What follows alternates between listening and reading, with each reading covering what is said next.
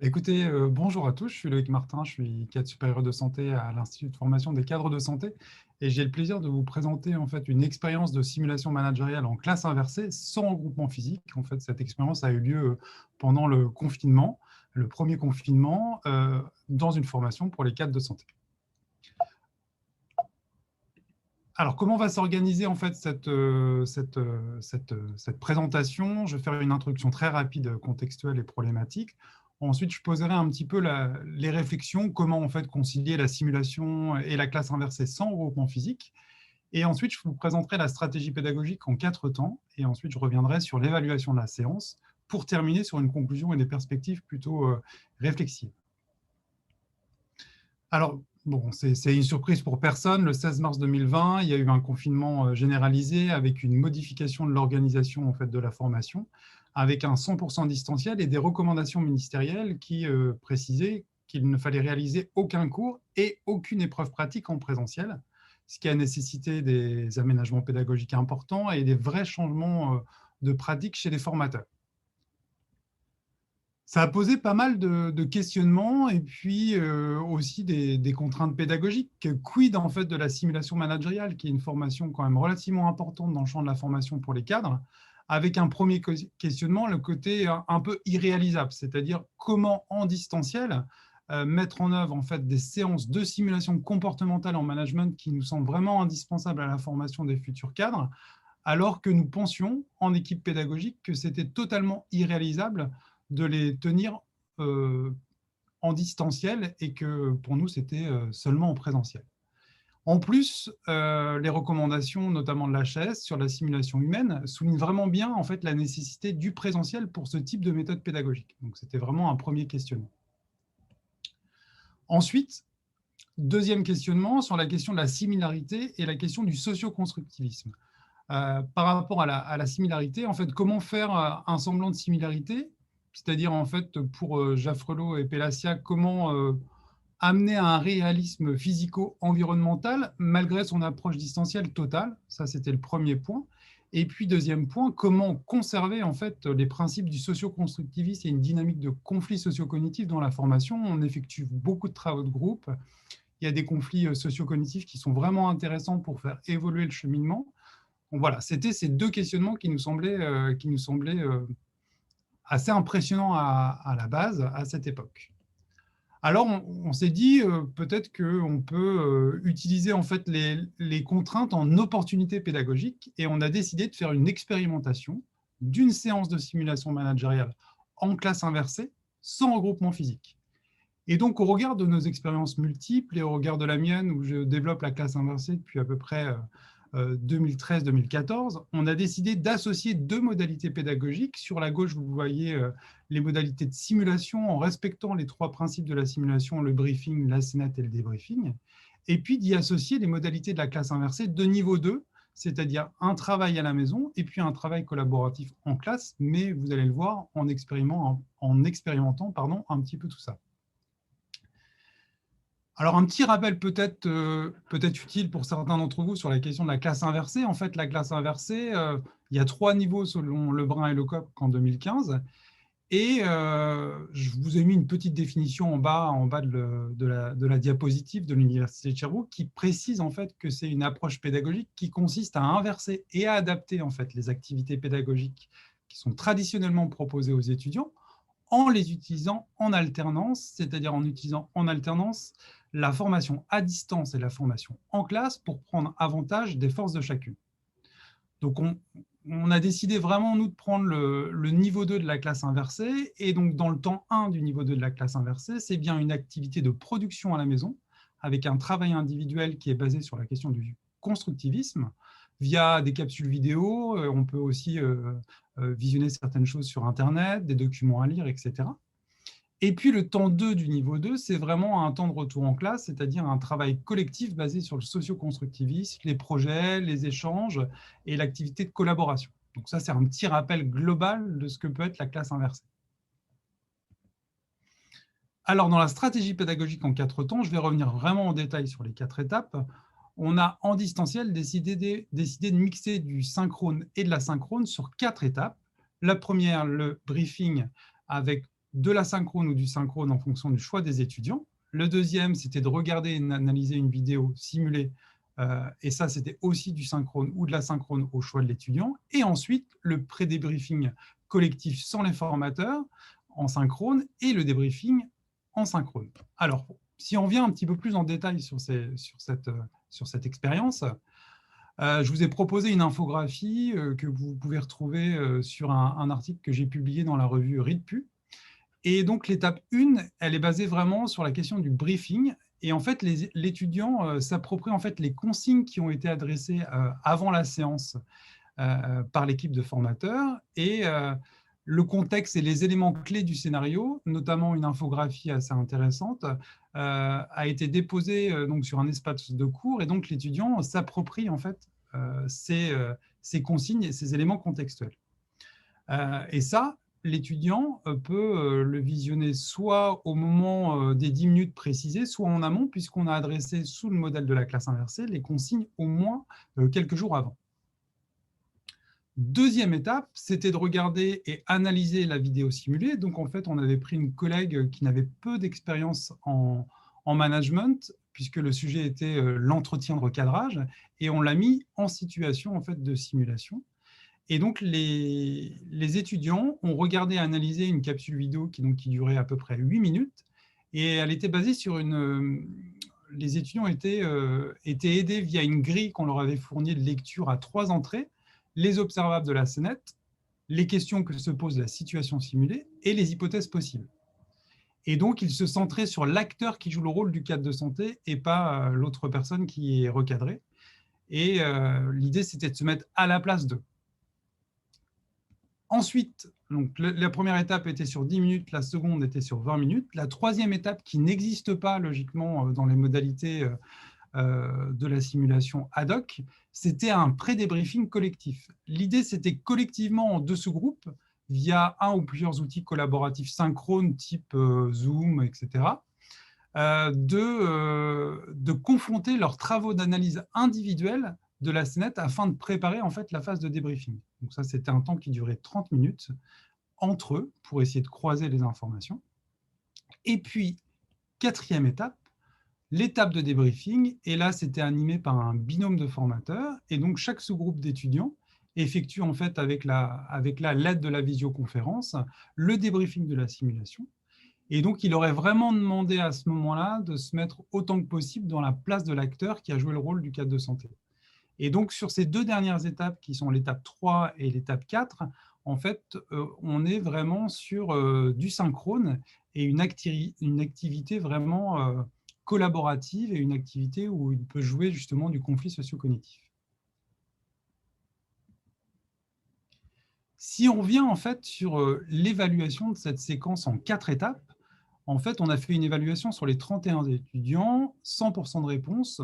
On leur a demandé en fait de répondre assez rapidement au questionnaire qui a été adressé à chaud. On a utilisé en fait une échelle de Likert cotée de 1 à 6. 1, c'était pas du tout satisfait, 6, tout à fait satisfait. Et on voit en fait que les résultats sont très, très satisfaisants. 5, près de 52% sont sur une cotation de 5 sur 6 et près de 48% sont sur une cotation de 6 sur 6. Donc, c'est plutôt une expérience très positive. Il y a 5 points forts à retenir.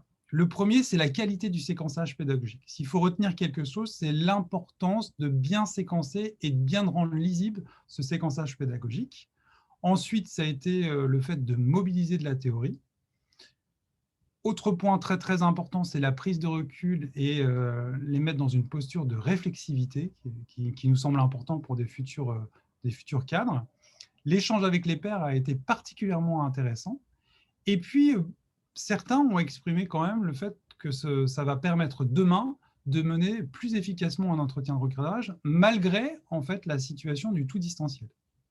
Il y a quelques points d'axes d'amélioration qui sont à retenir. Le premier, c'est de prévoir probablement des groupes plus petits. Alors, 5 étudiants sur 31 ont estimé que c'était nécessaire, peut-être pour à nouveau favoriser la dynamique de socio-constructivisme et de conflit socio-cognitif. Et puis, peut-être un peu plus de temps sur le débriefing. Vous avez vu, les séances sont assez timées, puisqu'il y avait 2 groupes sur 3 heures, donc ça faisait 1h30 par groupe. Donc, probablement qu'il faudrait laisser un peu plus de temps de temporalité pour la partie d'échange et de débat, puisqu'on voit que c'est à ce moment-là qu'il joue quand même beaucoup plus de choses. Alors, je tenais quand même à faire un point de vigilance et de pondérer en fait les résultats très positifs. Premièrement, puisque la taille de la promotion est dans un format relativement idéal, hein, environ 30 étudiants, c'est assez facile à organiser. Ensuite, les étudiants étaient en fin de formation, hein, on était sur la fin de formation, donc ils étaient déjà habitués à la visio et ils étaient déjà habitués aux modalités de la classe inversée puisque je la développe depuis pas mal d'années. Ensuite, ils étaient, comme je vous le disais, en fin de cursus et donc il y avait quand même une certaine maturité d'échange et de débat. Alors, je vais revenir sur 3 points en termes de conclusion sous forme d'analyse critique. Centré d'abord sur l'apprenant. Ce qui est intéressant, c'est que si on utilise correctement les modalités de la classe inversée, on va adresser les modalités et l'ensemble du séquençage pédagogique bien en amont de la séquence.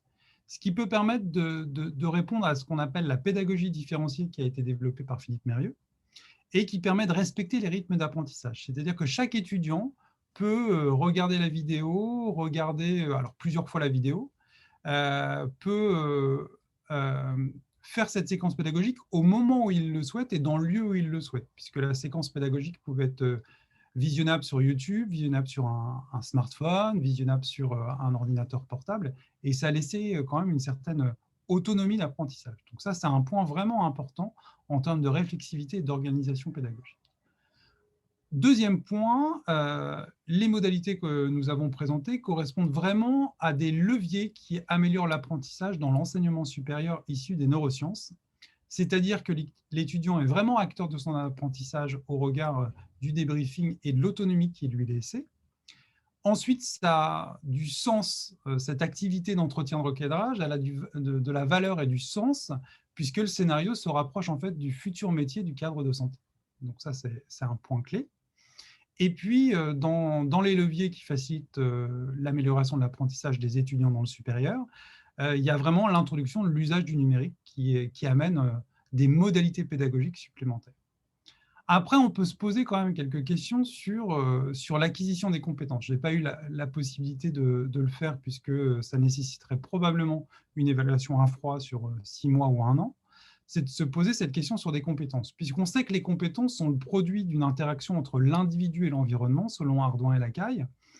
Et clairement, là, on n'est pas totalement dans l'environnement de la simulation, on est dans un environnement simulé numérique distanciel. Donc ça, c'est des points qui sont probablement à bien appréhender et il faudrait probablement continuer cette recherche.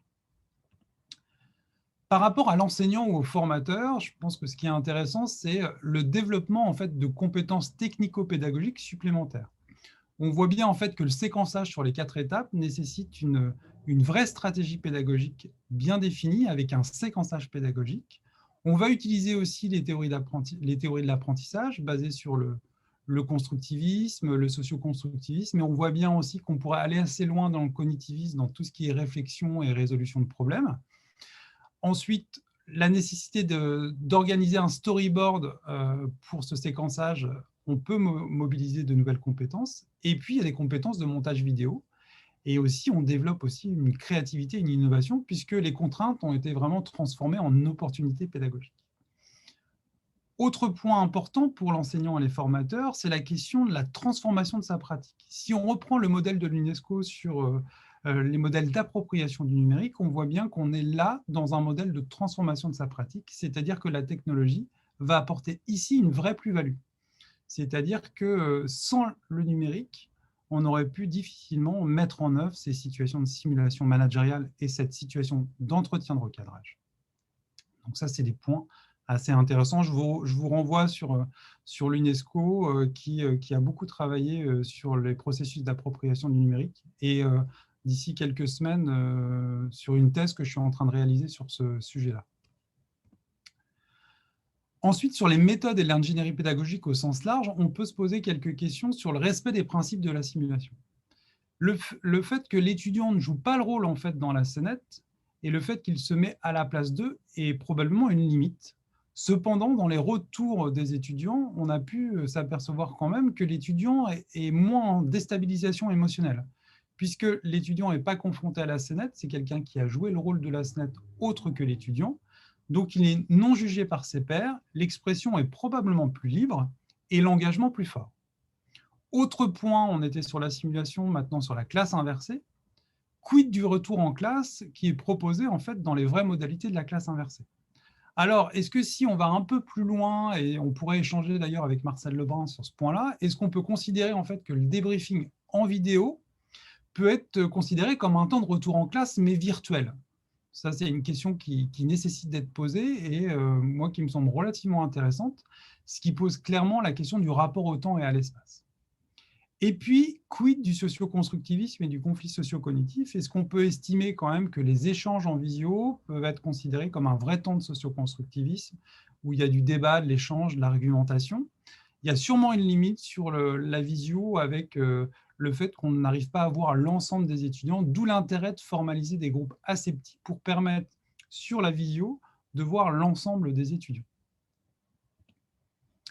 Et puis, je vais terminer là-dessus, sur des perspectives de réflexion et d'innovation pédagogique.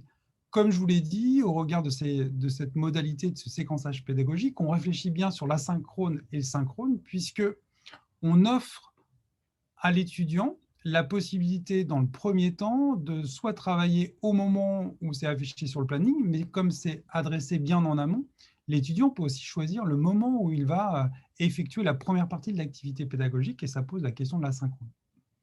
Et donc, ça pose clairement cette question du rapport au temps et à l'espace. Pourquoi, aujourd'hui, alors qu'on est dans un monde numérique, pourquoi je ferais toujours les mêmes cours de 9 h à 17 h dans le même lieu, alors que Mathieu est probablement plus à l'aise peut-être dans son canapé de 22 h à minuit et que Martine va être peut-être plus performante à travailler sur la table de sa cuisine le matin de 6 h à 8 h. Et ça amène aussi la question de la diversité pédagogique, puisque le numérique offre d'autres modalités pédagogiques et un potentiel probablement plus fort si on diversifie et si on utilise correctement le numérique au profit de la pédagogie. Le numérique reste un instrument, ce n'est pas ce qui va primer, c'est ce qui prime, et j'espère que vous l'avez compris, c'est la question de la réflexion pédagogique. Et puis, cette expérience pédagogique nous a permis vraiment de comprendre qu'en fait, on pouvait aller bien au-delà de méthodes ou de formats pédagogiques historiques. Et on questionne ici, aujourd'hui, avec cette expérience, les contours de la simulation et puis les contours de la classe inversée. Voilà, je vous remercie. J'étais ravi de pouvoir échanger avec vous sur ce sujet et j'attends vos questions avec grande impatience. Merci à tous.